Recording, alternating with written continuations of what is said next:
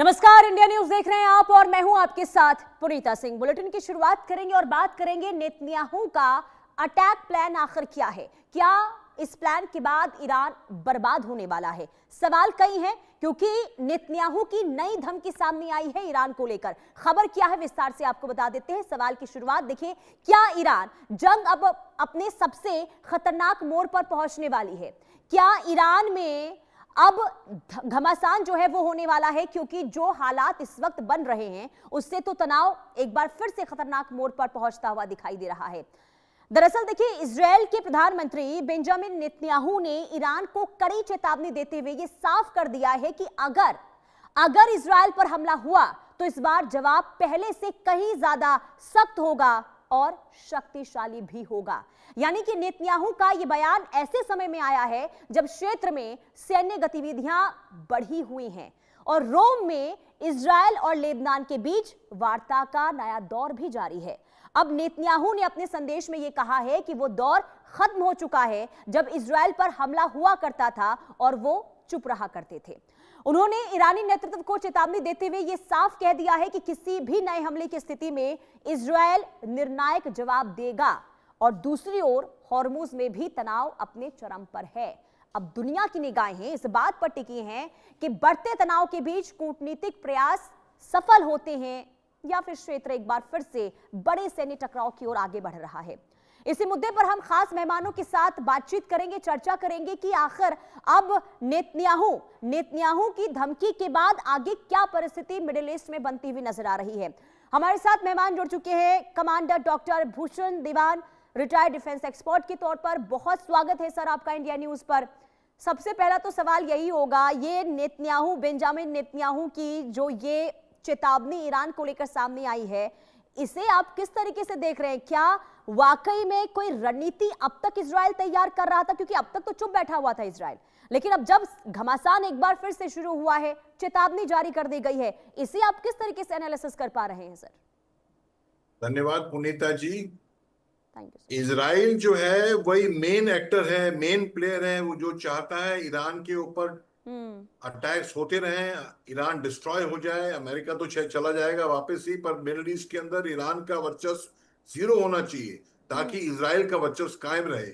शुरू से कर रहा है और उसके चलते ईरान पे अटैक डायरेक्ट नहीं कर रहा है, कम कर रहा है। हालांकि अयतुल्ला खुमैनी 28 फरवरी को जो काम हुआ उसके बाद इंटेलिजेंस का है, उसके बाद न्यूक्लियर स्ट्राइक्स हुई हैं, वो इजराइल ने काफी कुछ किया है। मेनली तो वो लेबनान पे फोकस है, हिजबुल्लाह को टैकल करने की भी फोकस है।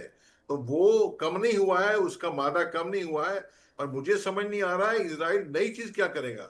इजराइल के तो खुद न्यूक्लियर पावर स्टेशन में भी ईरान की मिसाइलें गिरी हैं तो इजराइल के ऊपर। तो ऐसा नहीं कि इजराइल ने कोई अपने ऐसे शस्त्र अस्त्र छुपा के रखे हैं कि अब वो निकालेगा और ईरान की तबाही कर देगा। मुझे समझ नहीं आया क्या है। अनलेस जो उसके 90 से 100 न्यूक्लियर वेपन्स हैं उनकी बात कर रहा हो, और वो तो करेगा नहीं। मैं समझता हूँ न्यूक्लियर वेपन्स का मतलब ये है, कोई नहीं चाहता दुनिया में न्यूक्लियर वेपन्स में पूरी ट्रेड, पूरी इकोनॉमी, पूरी दुनिया वर्ल्ड वॉर में जाएगी। तो वो क्या कह रहा है? तो कुछ नहीं, ऐसी नई चीज नहीं कह रहा है, खाली बयानबाजी कर रहा है, खाली आवाम को खुश करने के लिए बातें कर रहा है। काम उन्होंने बहुत पहले जो बर्बादी ईरान की मचा रही थी, कोई कसर नहीं छोड़ी शुरू से, तो वो तो कर रहे हैं। तो नई चीज क्या करेंगे मुझे समझ नहीं आया। और ईरान जो है उन बातों से झुकने वाला तो है नहीं। इनको पता नहीं है इजराइल को। आप देखिए, इजराइल को पता नहीं है। और ये जो चीजें बढ़ रही हैं, जो एमओयू हुआ था 17 जून को, 19 जून को जो भी हुआ था, तो 25 दिन हो गए उसको अभी। तो उसके अंदर अभी ये चीज बढ़ गई है, फैल गई है। तो क्या हुआ है, बातें नहीं हो रही हैं और ऑन दी ग्राउंड चीजें फैल गई हैं। अभी आपको पता है हूती तक जो है वो यमन वाले, उन्होंने अटैक किया सऊदी पे। वो कल को बाबल मांडव बंद कर देंगे। बाबल मांडव जब बंद होगा, सुएज कनाल जब बंद होगी, तो पूरी दुनिया में ट्रेड का त्राहिमाम बच जाएगा। और सबसे बड़ा ट्रेड किसका है? चीन का वहां से जाता है। तो चीन तो इसमें स्टेबलाइजिंग फैक्टर है, वो रोकेगा कि बात इतनी आगे ना बढ़े। और वो कोई बात माने ना माने, पर वो बात ना बढ़े ताकि ट्रेड चलता रहे, इकोनॉमी चलती रहे। 20% तो हॉर्मुज से ऑयल दुनिया को आता है, वो बाधित है। अभी बाबल मंडल भी बंद हो जाएगा। तो ये सब चीजें इजराइल कहने से, बल्कि घी में आग में घी डाल रहा है, कुछ होने वाला नहीं है। मैं नहीं समझता वो नई चीज करेगा ये। और ईरान भी इसके मामले में काफी चुस्त दुरुस्त है, वो भी चुप नहीं बैठा है, वो तैयारी कर रहा है। मुझे तो ये भी लगता है, मेरे आंकलन खुद का है, ईरान जो है कुछ महीनों में ईरान न्यूक्लियर वेपन भी अचीव कर लेगा। क्योंकि लोग कहते हैं ये लड़ाई तो 5-6 महीने चलेगी, लंबी भी चल सकती है। और जब ये ईरान न्यूक्लियर वेपन ले लेगा, पकड़ लेगा अपने हाथ में, काबिज हो जाएगा उनके हाथ में न्यूक्लियर वेपन, तब लड़ाई रुकेगी जाके। नहीं नहीं, क्योंकि जैसे सर अभी क्योंकि नेतन्याहू ने जब ये कहा है कि देखिए अब ये मत समझिए कि जो इजराइल है वो पहले जैसा है, यानी कि अगर आप हमला करते हैं तो उसका जवाब जो है पूरी ताकत के साथ और दोगुनी ताकत के साथ दिया जाएगा।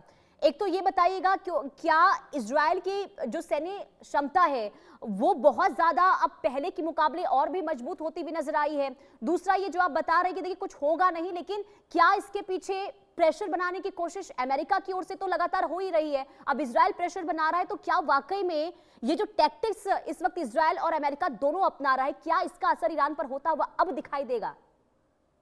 पुनीता जी, बिल्कुल प्रेशर बढ़ाने की तकनीक है, और इजराइल के हवाले से और कुछ नहीं है। और कोई जी। ऐसे नए वेपन्स उनके पास नहीं आए। क्या कसर छोड़ी थी आज तक अमेरिका ने इजराइल को वेपन्स देने के? कोई कसर नहीं छोड़ी। क्या कसर छोड़ी नेतन्याहू ने? क्योंकि उसने अपनी गद्दी बचानी है, तो लड़ाई चाहता है लंबी चलती जाए। क्या कसर छोड़ी उसने आज तक ये काम करने में? और उनकी मोसाद इंटेलिजेंस है, उन्होंने तो आयतुल्लाह को गिराया है। और आयतुल्लाह का गिराना, जो प्रेसिडेंट खोमैनी है उनके पिता को गिराना, आप देख रहे हैं 2 करोड़ लोग उनकी फ्यूनरल प्रोसेशन पे, जनाजे पे आए थे। तो ये सब बवाल खड़ा किया इजराइल ने किया है। क्या कम किया है, क्या नया करेगा, समझ नहीं आ रही है। और ये बातें हैं, और इसमें ईरान डर जाएगा, सवाल ही नहीं है। ये तो बातें हैं, बल्कि इन बातों करने से क्या होगा, बाबल मांडव अगर बंद हो गया, लड़ाई और बढ़ जाएगी। शायद शायद इजराइल यही चाहता है कि बिल्कुल। लड़ाई बढ़ती रहे, मेरी नेतन्याहू गद्दी कायम रहे, और हम देर सवेर ईरान को दबा पाए। और वो समझते नहीं, पूरी दुनिया को वर्ल्ड वॉर की तरफ धकेल रहे हैं। नेटो फोर्सेस आ गई हैं, तो इन बातों से कुछ, बल्कि बैठ के जो 60 दिन, अभी 35 दिन तो और है ना भाई, बैठ के बात। अब मुझे आप बताइए, अमेरिका ने कितना ईरान को कि ईरान पे अटैक किया है?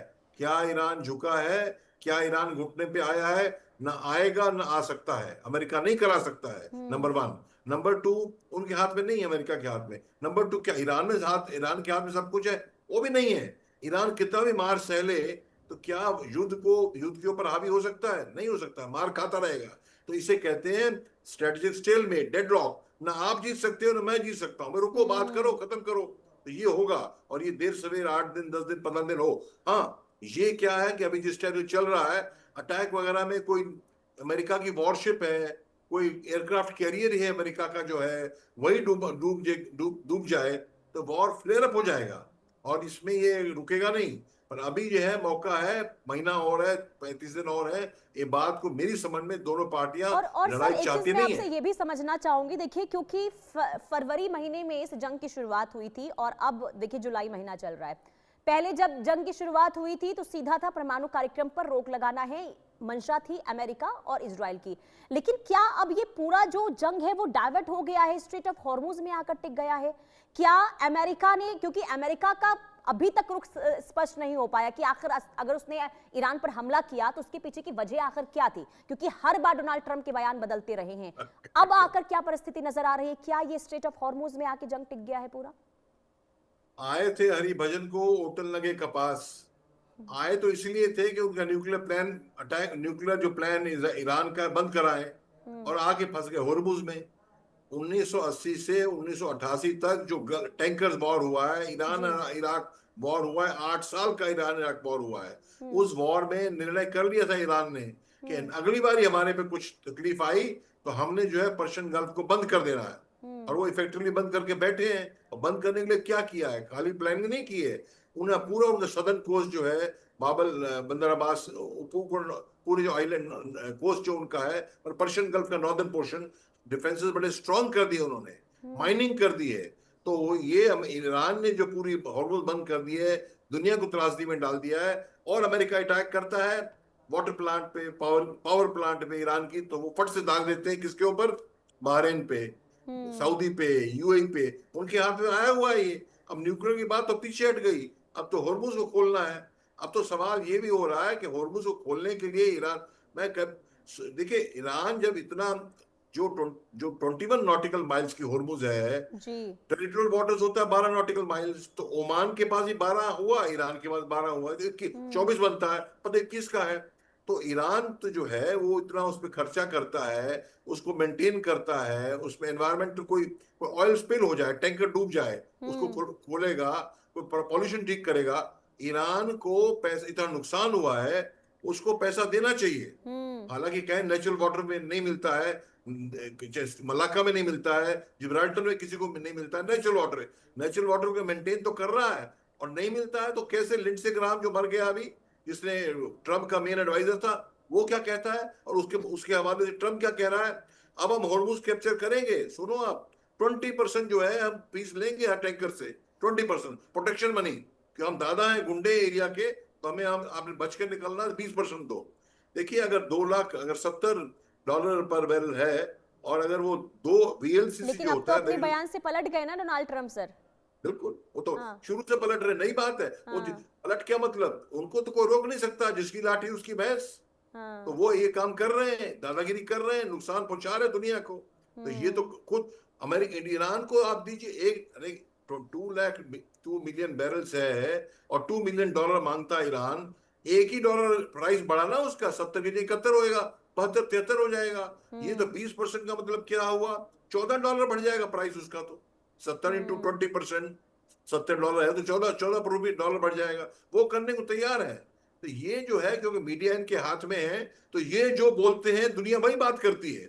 मैं नहीं कहता हूं ईरान दूध का धुला है। 7 अक्टूबर 2023 में जो हैवानियत हमास ने की इसराइल के ऊपर, वो जी। बेहद बेइंतहा हैवानियत थी, टेररिज्म का एक्ट था। पर आपने 28 फरवरी को बात करते करते अटैक कर दिया, तो भी हैवानियत थी। तो हैवानियत का जवाब हैवानियत से नहीं होता है। और इससे क्या हुआ है?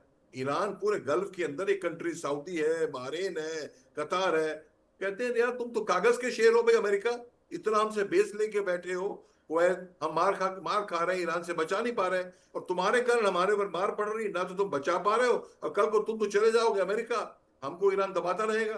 तो वर्चस्व तो ईरान के गल्फ के अंदर ईरान का बढ़ता जा रहा है, और अमेरिका कम होता जा रहा है। मार खा रहा है ईरान, बिना नुकसान के कुछ होता नहीं है, नो पेज जी। No gains. तो ये चीज, ये अमेरिका को समझ नहीं आ रही, क्योंकि उसने अपने इलेक्शन लड़ने हैं, उसने अपनी दादागिरी दिखानी है। ये तबाह कर दे ईरान को पॉसिबल नहीं है। कहाँ वियतनाम को तबाह किया, कहाँ अफगानिस्तान को तबाह किया। अब न्यूक्लियर वेपन थोड़ी छोड़ेंगे ईरान को तबाह करने के लिए। तो ईरान बढ़ रहा है आगे। नहीं, अब तो ऐसा लग रहा है ना कि ईरान भी डोनाल्ड ट्रंप की बातों को हल्के में लेने लगा है, क्योंकि अब देखिए जब 20% स्ट्रेट ऑफ हॉर्मुज में जहाजों पर टैक्स लगाने की बात डोनाल्ड ट्रंप ने कही थी, तो मजाक बनाया गया था ईरान की ओर से, और फिर जब खुद ही अपने बयानों से पलटते हुए नजर आए, तो एक बार फिर से किरकिरी हुई है डोनाल्ड ट्रंप की। और ये माना जा रहा है कि डोनाल्ड ट्रंप के तमाम बयानों को अब तक सीरियस ईरान की ओर से नहीं लिया गया है, और यही वजह है कि भले ही कितनी चेतावनी दी जाए, धमकियां दी जाए, ईरान लगातार अपना दबाव, अपना प्रेशर जो है वो बना रहा है, क्योंकि अब तक आप देखिए कि झुका नहीं है इजराइल के सामने, और ना ही अमेरिका के सामने ईरान। बिल्कुल ठीक कह रही हैं आप। हाँ। ये तो जी जून में, 14 जून को ये 80 साल का हो गया है। भारत में तो कहते हैं जो 60 साल हो गया, तो वो तो 80 साल हो गया है। तो ये बातों में कोई सीरियस नहीं ले रहा है, कोई नहीं दे रहा है। वो तो अपना, हम आप देखिए टीवी पे वीडियो में हो रहा है, अपने 15-20 लोग बैठे हैं, उनको ज्ञान दे रहे हैं, अपने टाइम पास कर रहे हैं एक किस्म से, और हिस्ट्री में अपना नाम लाने के लिए कि हमने ईरान को सबक सिखा दिया। अरे भाई, आप वही ट्रम्प है ना। 2017 में जब ओबामा ने JCPO किया था, joint comprehensive plan of action किया था, क्या था वो? ओबामा ने ईरान के साथ किया था भाई, ताकि ईरान की न्यूक्लियर पावर कंटेन हो जाए 2017 में। और उसके तहत IAEA, international atomic energy agency जो है, वो उनके उनके हक दे दी, हकूक थे उनके पास, क्या? ईरान की वो इंस्पेक्शन करते रहेंगे टाइम टू टाइम, ताकि वेपन ना बनाए ईरान। वो तो आपने आके उसको हटा दिया 2018 में, जब आप आए प्रेसिडेंट बने आप, 17 में 18 में जब बने प्रेसिडेंट, हटा दिया, उसको हटा दिया। अभी आप उसी को मांग रहे हैं कि न्यूक्लियर एग्रीमेंट हो जाए। एग्रीमेंट तो आपने करनी नहीं है, आपने तो खाली डंडे से काम चलाना है। वेनेजुएला को पकड़ लो, क्यूबा को पकड़ लो, ग्रीनलैंड पे कब्जा कर लो, कनाडा कनाडा को दबा दो। ये कब तक चलेगा? मैं तो समझता हूँ ये जो मोमबत्ती बुझने के पहले बहुत फड़फड़ाती है। ये तो वो फेज अमेरिका का है। क्यों? जो उनका डॉलर जो है, डॉलर की वजह से एक दुनिया का रिजर्व करेंसी है कि ये डॉलर और पेट्रो डॉलर। तो पेट्रो डॉलर से भी सऊदी और UAE हट रहे हैं वहां से। तो उसका एक शतराज अमेरिका का उसके पीछे क्या है? डॉलर। ये डॉलर ही गिरेगा धीरे धीरे। जब डॉलर गिरेगा तो इनका एक शतराज हिलेगा। तो विनाश काल है, विपरीत बुद्धि, ये अपना खर्चा करते जा रहे हैं और समझते हैं हमारा जीडीपी बढ़ गया, ट्रेड बढ़ गया। ये सब टेम्पोररी काम है। मोमबत्ती में से भड़कती लगता, अरे फिर जग गई। वो बुझने का टाइम आ रहा है अमेरिका के लिए, मैं बता और रहा हूँ देखिए, आपको। जैसा सर आप बता रहे थे कि अब ईरान जो है वो एक नई रणनीति पर इस वक्त काम कर रहा है। यानी कि ईरान को पता है कि पहले उसने स्ट्रेट ऑफ हॉर्मुज बंद किया तो कैसे पूरी दुनिया पर इसका असर हुआ। अब बाब अल मंदेब को अगर बंद करने को लेकर कदम आगे ईरान बढ़ा रहा है तो ये तो पूरी दुनिया के सामने बहुत बड़ी चुनौती हो सकती है ना। प्लानिंग तो उस पर भी अब ईरान की शुरू हो चुकी है सर। बिल्कुल हो सकती है। और 2000 पिछले साल भी जब हुआ था, जो इन्होंने डिगो गार्शिया से अमेरिका ने न्यूक्लियर इंस्टॉलेशन में ईरान की पे अटैक किए थे। पर इसमें एक ही चीज है, अच्छी चीज हम दुनिया के लिए, आपके लिए, मेरे लिए अच्छी चीज क्या है? जो चाइना है वो, उसका ट्रेड जो है यूरोप में जाता है, वो सारा ट्रेड कहाँ से जाता है? चाइना से। जो एक्सपोर्ट जाता है वो कहाँ से जाता है? बाबल मंडप से जाता है, सुएज कनाल से जाता है। उनको ट्रेड बंद हो गया तो दुनिया, यूरोप भी कितना माल खपत करता है चाइना का, उनके लिए महंगाई हो जाएगी। क्यों? वो सारा ट्रेड फिर केप ऑफ गुड हो, अफ्रीका के साउथ से ऊपर जाएगा, वो स्टेट ऑफ सुएज कनाल से जाएगा ही नहीं। तो चाइना एक स्टेबलाइजिंग फैक्टर है। चाइना चाहे उसकी इकोनॉमी डाउन हो रही है, वीकनेस आ रही है, तो वो चाहते हैं कि ट्रेड डिस्टर्ब ना हो। तो वही एक स्टेबलाइजिंग फैक्टर है। वो चाहेंगे लड़ाई आगे ना बढ़े, ये सुलह हो जाए। वो उनको उठा के फोन बात करना चाहिए ट्रम्प को भी, कर क्या रहे हैं आप? ये छलांगे आप मार रहे हैं, दुनिया को त्रासदी पे डाल रहे हैं। कल को मांडे बंद हो गया तो सबकी पर ये ट्रम्प ये सुनने वाले थोड़ी है, पता है उनको। वो तो कह रहे चीन जो कहता है गलत कहता है, वो तो हमारा दुश्मन है। पर दुनिया के लिए बहुत त्रासदी, भारत के लिए बड़ी त्रासदी होने वाली है। अभी भी आज भी वॉर रुक जाए, 3 महीने तक अपने को तकलीफ रहने वाली इकोनॉमी की। और हमारी जीडीपी ऑलरेडी 1% डाउन हो जी, चुका है। यानी कि एक गहरे संकट के दौर से पूरी दुनिया इस वक्त गुजरती हुई नजर आ रही है, लेकिन शायद ईरान और अमेरिका इन परिस्थितियों को फिलहाल लगता है ऐसा समझ नहीं पा रहा है। ठीक है सर, बहुत शुक्रिया महत्वपूर्ण जानकारी देने के लिए इंडिया न्यूज